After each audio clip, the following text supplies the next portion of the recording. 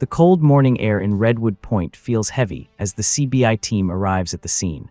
Two young women, Nicole Gilbert and Cara Palmer, vanished into the shadows of the forest during the night.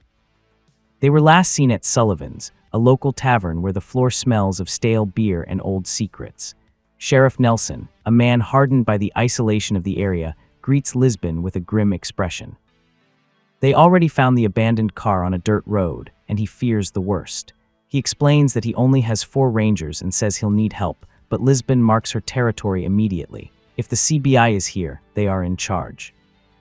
Nelson and his deputies are now support staff. Patrick Jane, however, has no interest in jurisdiction battles. He's already crouched beside the abandoned vehicle. He notices a blood-stained MP3 player still plugged into the dashboard, and a purse dumped upside down, scattering makeup tubes and earthly pure cases across the seats like forgotten toys. Lisbon tries the ignition key, but the engine only gives a hollow metallic click. It's dead.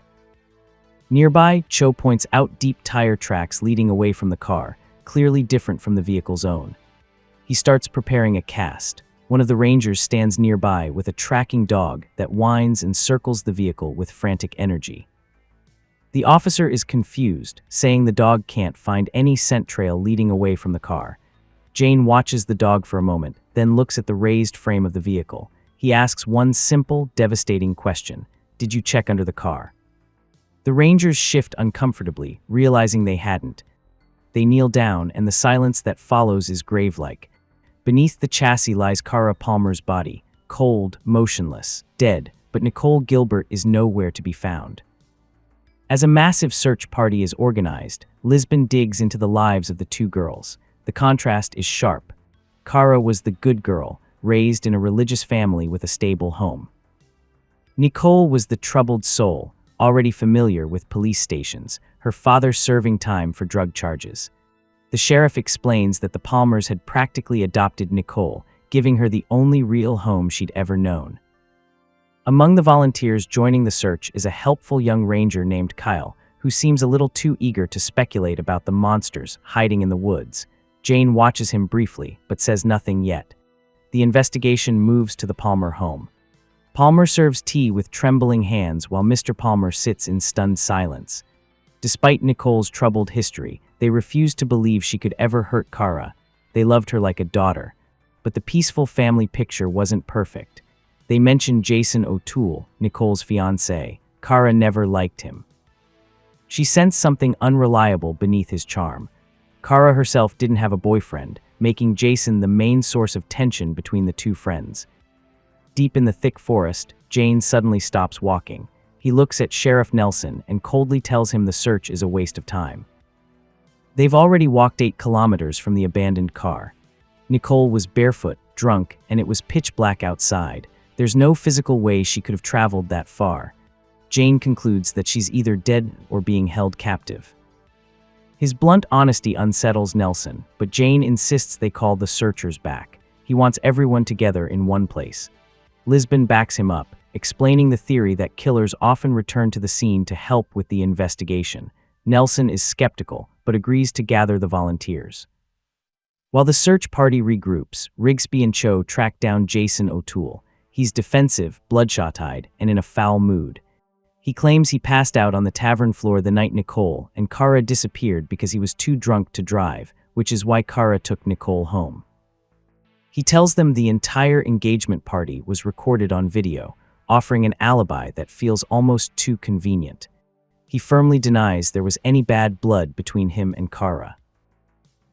Just as Jane begins studying the gathered volunteers, searching for a flicker of guilt or a bead of sweat, a radio call suddenly comes in. Nicole Gilbert has been found. The scene shifts to a lonely gas station miles away.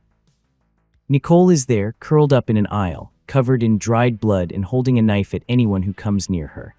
She stuffs food into her mouth with desperate, primal hunger, her eyes wide and glassy with trauma. At the hospital, the atmosphere is sterile and silent. The doctor tells Lisbon and Jane that Nicole suffered a moderate concussion, hypothermia, and multiple abrasions. Physically, she'll recover, but mentally, she's withdrawn completely. She remembers nothing about the night Cara died. Sheriff Nelson, watching through the glass, is cynical. He thinks the amnesia is an act and wants to charge her with Kara's murder the second she's released. Lisbon shuts him down immediately. This is a CBI case, and they don't arrest people for convenience. Jane and Lisbon enter the room. Nicole looks fragile, asking about Kara. Against the doctor's direct orders and Lisbon's silent concern, Jane tells her the truth.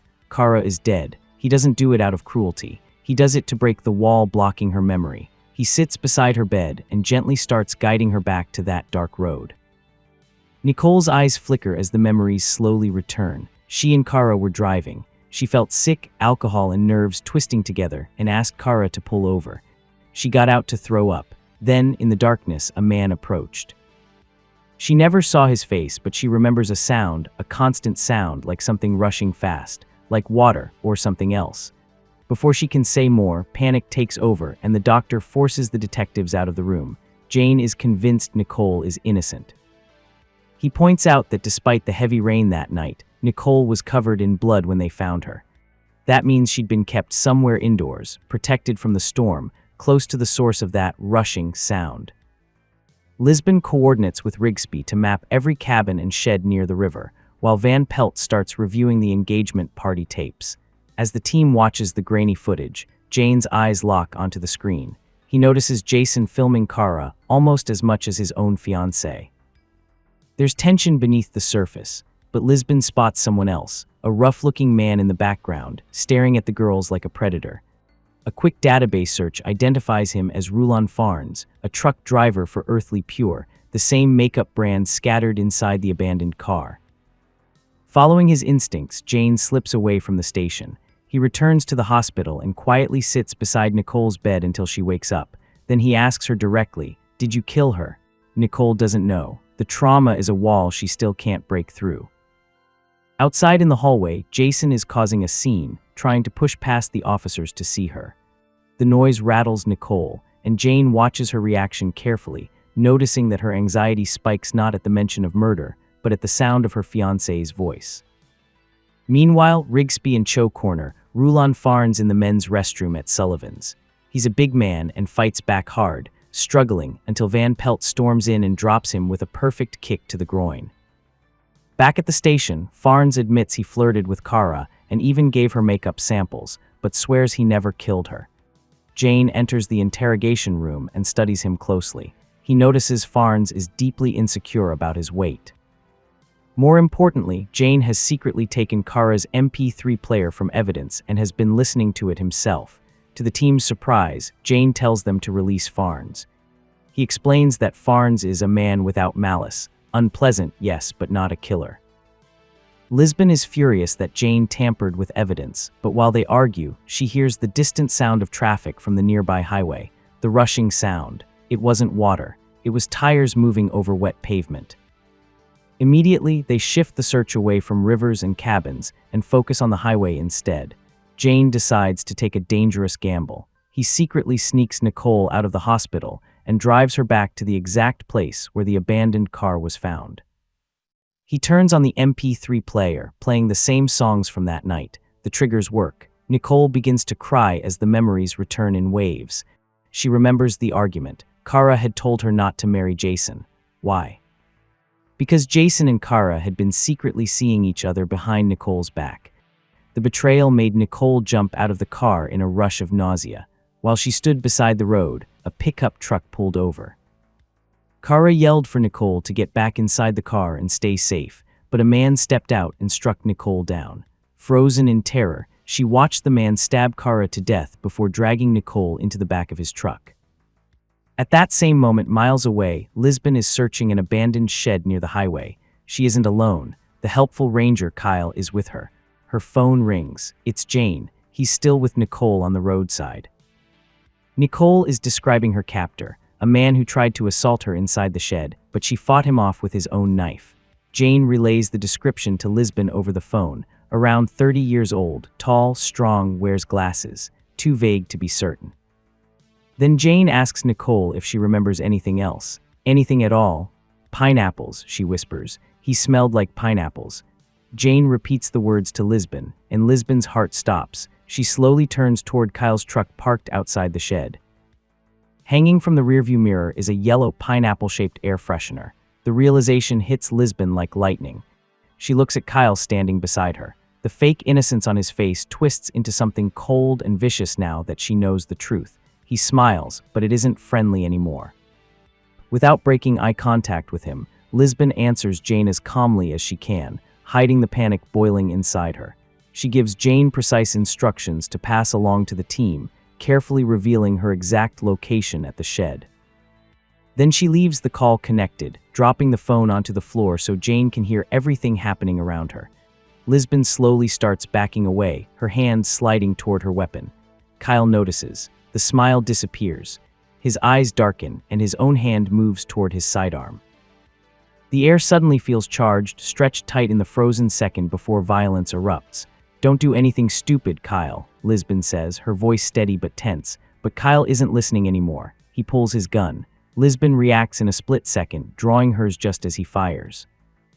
The gunshot explodes through the tiny shed. Both of them dive for cover at the same time. Flashlights crash to the ground, and darkness swallows the room, broken only by the faint glow of Lisbon's phone lying on the floor. The gunfight continues, the echo of every shot hammering through the shed. Hidden behind cover, Lisbon whispers into the phone that Rigsby is on his way. Her mind races, then she acts fast. Using her foot, she pushes the phone across the floor, sliding it into the middle of the room. The glowing screen becomes the perfect decoy. Kyle sees the movement and lunges toward the light, convinced Lisbon is trying to escape. In that exact instant, Lisbon takes advantage of the distraction and bursts out of the shed just as Rigsby comes sprinting in, alerted by the gunshots and Jane's call. Rigsby and Lisbon move together perfectly. When Kyle charges out of the shed, furious and disoriented, they trap him immediately. Rigsby grabs him from behind while Lisbon tears the gun from his hand. The struggle is short but brutal. Kyle, the helpful ranger, is finally brought down. Justice has caught the monster who was hiding in plain sight all along. With the threat neutralized and the killer in custody, the CBI team begins packing up. The air no longer feels as heavy as before. Nicole, pale but carrying a new strength in her eyes, stands beside Mr. Palmer. He pulls her into an embrace, and in his eyes there is forgiveness and the same love they always had for her. Nearby, Patrick, Jane, and Lisbon watch quietly, receiving sincere thanks for uncovering the truth and finding Kara's killer. As the CBI team drives away from Redwood Point, leaving behind the forest and its dark secrets, Nicole Gilbert climbs into the car beside Mr. Palmer. She has lost her best friend and been betrayed by her fiancé, but she has regained her memories, and with them, the chance to heal. The investigation is over, but for Nicole, the long road toward recovery is only beginning. Thank you for watching. If you enjoyed this story, don't stop here. Check out the other Mentalist episodes on the channel, and watch the full playlist in order to follow Patrick Jane's best cases from beginning to end.